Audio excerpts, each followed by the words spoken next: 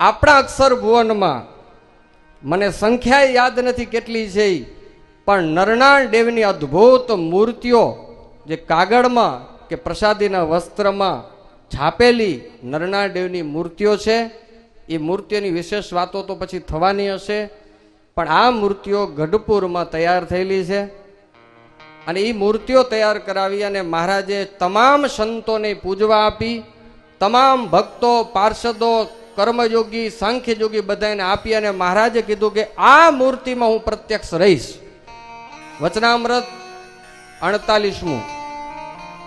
મહારાજ કે આ નરનાળ દેવની મૂર્તિ અમે છપાવીને દીધી છે, એને કોઈ ચિત્રામણની માનજો નહીં કે આ કાગળમાં છાપેલી મૂર્તિ આપણું શું રક્ષણ કરશે, આવો કોઈ ભૂલે પણ ભાવ કરજો નહીં. મહારાજ કે આ નરનાળ દેવ તે અમે પોતે પંડે છીએ.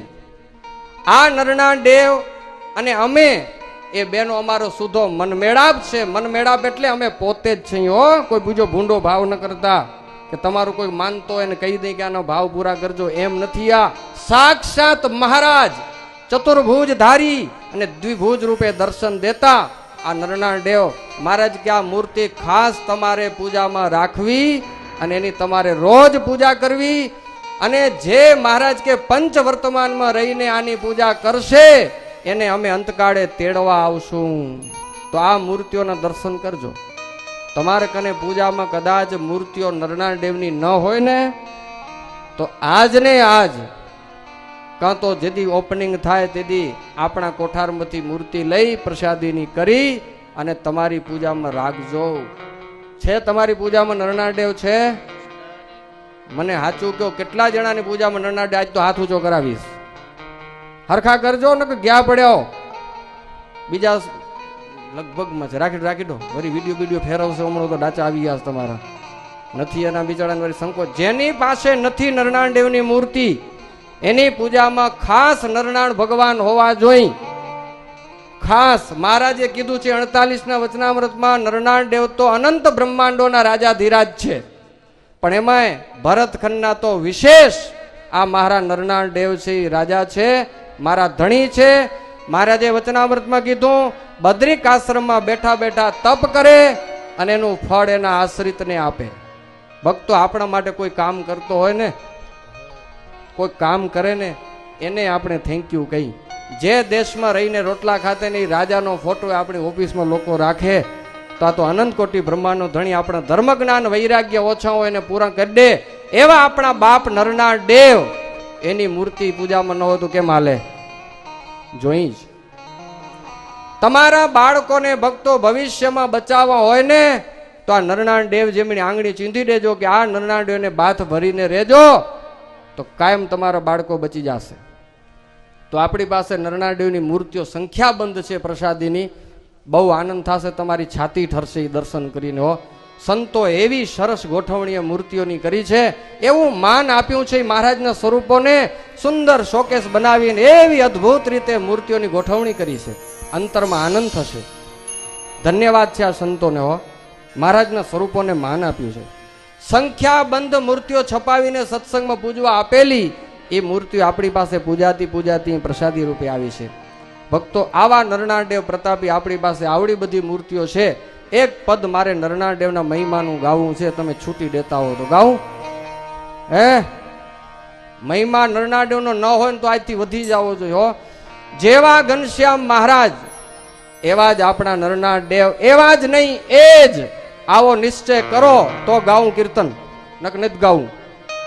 મેં જુદું તાણીને પડ્યા હો તો નથી ગાવું. એ જ છે કે અલગ છે? એ જ કે એવા જ? એવા જ નહીં હો, એ જ. શું શું શું ગાવ સામી હવે? નર નારાયણ ગાવો રે,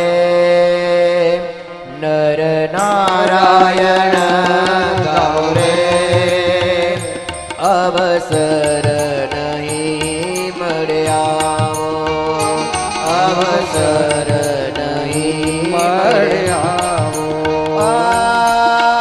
અમૃત કેરા મોડાયો કેરીને, અમૃત કેરા કેળીને ઝેર બીજ સિદ્ધ વાવો રે નર નારાયણ ગાવો રે અવસર નહીં મળ્યાવો અવસર નહીં મળ્યાવો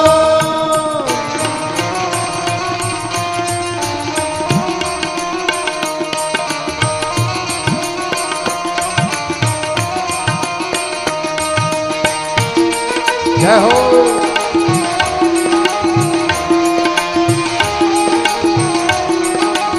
બ્રહ્માનંદ સ્વામી આપણા સંપ્રદાયના મૂર્ધન્ય સંત બ્રહ્માનંદ સ્વામી એને આ નરનાદેવના મહિમાનું પદ ગાયું છે.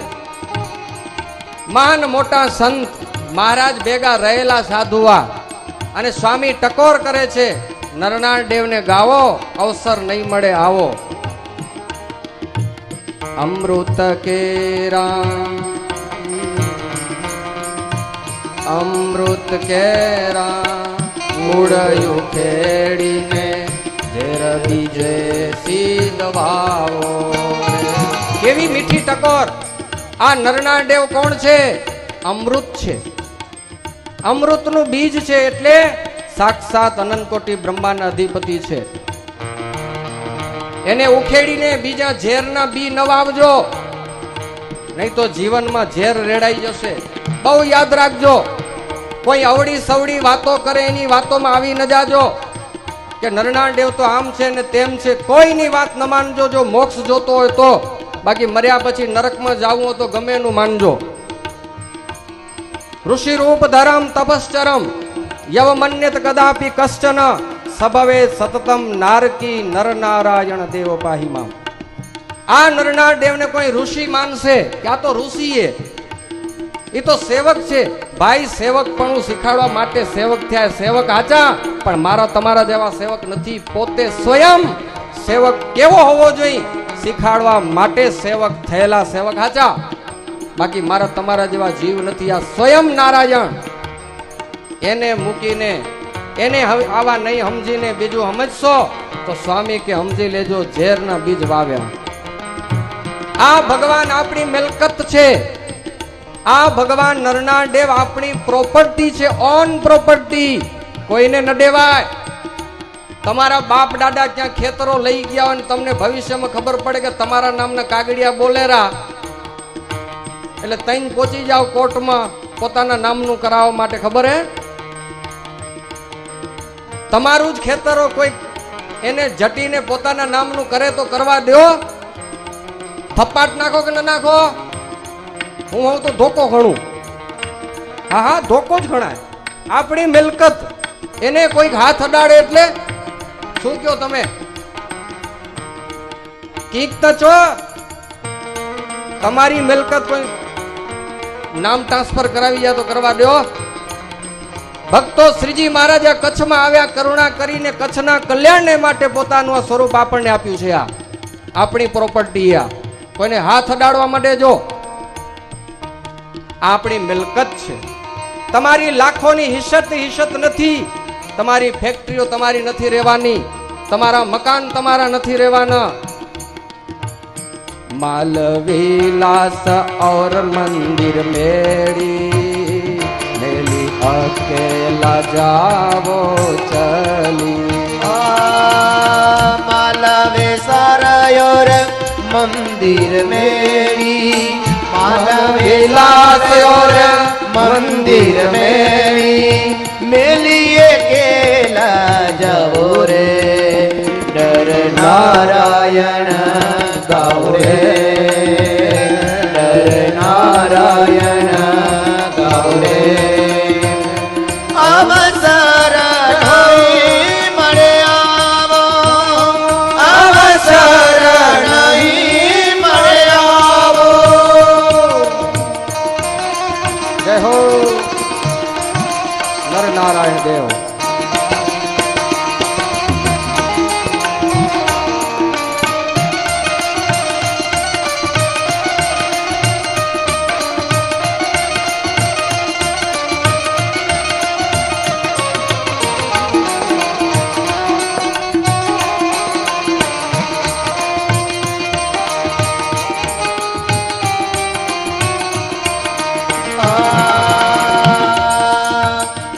મૂરખ નર નિશ દિન તારે માથે મૂરખ નર નિશ દિન તારે માથે થાય છે કર્મ પરાવો રે નર નારાયણ ગૌરે નર નારાયણ ગૌરે નર નારાયણ ગૌરે અવસર નહીં મળે આવો અવસર નહીં મળે આવો આવો અવસર નહીં મળે.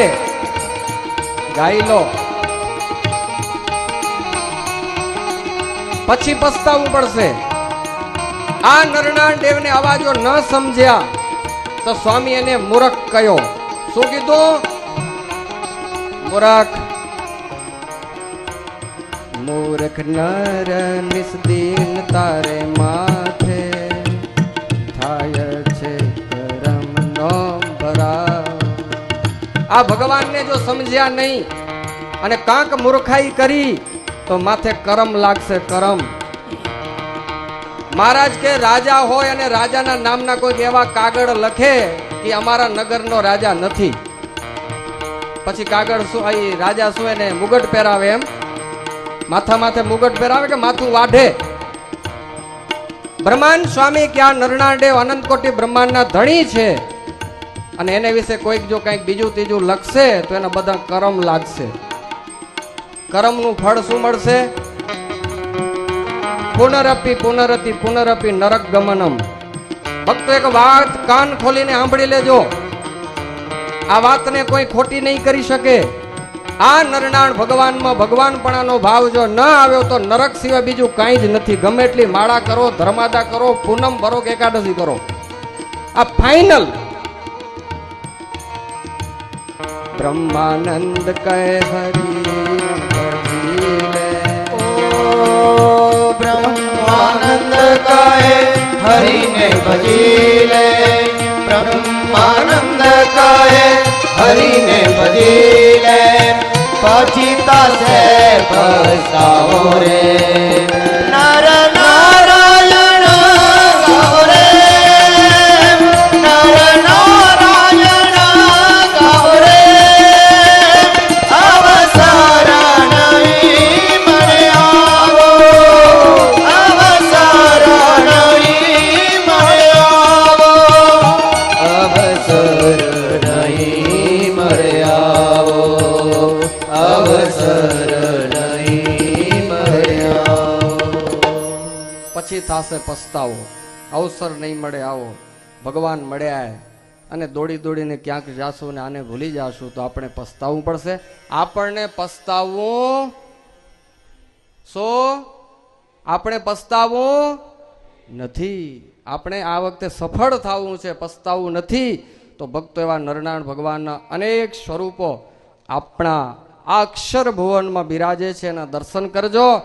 અને કદાચ એને વિશે નબળા ભાવ થયા હોય તો ઓપનિંગને દિવસે માફી માગી અને આ સાક્ષાત અનંત કોટી બ્રહ્માંડના ધણી છે આવો ભાવ ફિટ કરવા માટે આ મૂર્તિઓ ફિટ કરી છે. ભાવ હૃદયમાં દૃઢ કરજો. મારા પ્રભુનું જ સ્વરૂપ છે. મારા પ્રભુએ આ પૂર્વ અવતાર લઈ અને કંઈક ના કામ કર્યા. આવા ભાવ સહિત આ ભગવાનના દર્શન કરજો. આપણી પાસે એક અદ્ભુત બીજી વસ્તુ છે, ચાખડી છે. ચાખડીની વાત રોજ એકાધિક આવશે.